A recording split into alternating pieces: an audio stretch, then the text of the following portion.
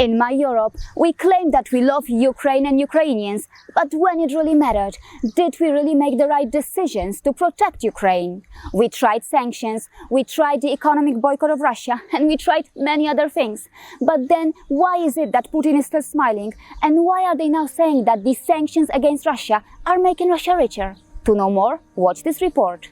In the West, we seem to have a tendency to live in our own sweet bubble. In that bubble, there is NATO, there is our European Union, and then, of course, there is also the leadership of the USA. However, in that bubble, we often overlook or underestimate that there is also a parallel world running, a world that is larger, bigger in population, and potentially far more powerful.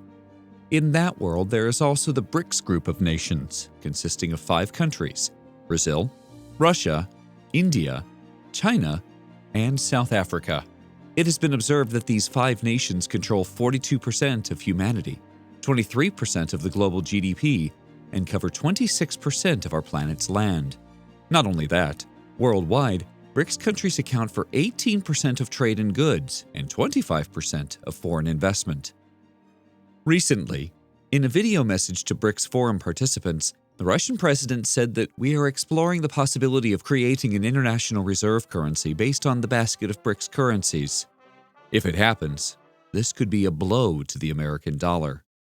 It has been observed that from January to May this year, commodity trading between Russia and China increased by 28.9% compared to the corresponding period last year, reaching $65.81 billion. Putin has also stated that negotiations are underway to open Indian chain stores in Russia. Earlier, in a dramatic move, the Finnish company Paulig, which deals in products like coffee, spices, and snacks, sold its operation in Russia to an Indian investor, Mr. Vikas Soy. On the other hand, as Big Pharma has pulled back in Russia, some in India went on to fill the void. For example, it has been reported that Dr. Reddy's business in Russia was booming. We have heard of the Russian assets getting seized in Western nations, but on the other hand, Russia, or Russians, are also taking steps to take control of assets owned by Western companies in Russia. Reuters has published some of these big names, reporting that Russian firms and institutions are snapping up prized assets for a bargain. However, it should be mentioned that, quite hypocritically, not all Western companies have left or are planning to leave Russia.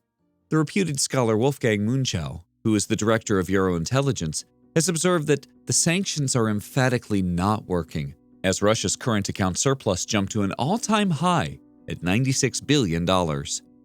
According to Munchau, the extra money being banked by Russia is almost the same amount as the $300 billion of central bank assets and foreign currency reserves that were frozen by the West after the invasion. He adds, "The world is dependent on the US dollar and the US financial market. That dependency will probably not last." Another thing that seems very disturbing and unsettling is that our European Union is not as united as it should be.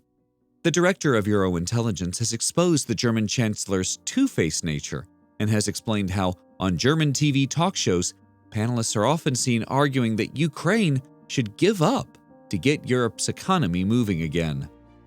Not only that, a shocking poll for express.co.uk has revealed that there are many Americans who are okay with Ukraine losing the war with Putin's Russia. The poll of Americans who are likely voters has shown that 43% are okay with Ukraine losing the war.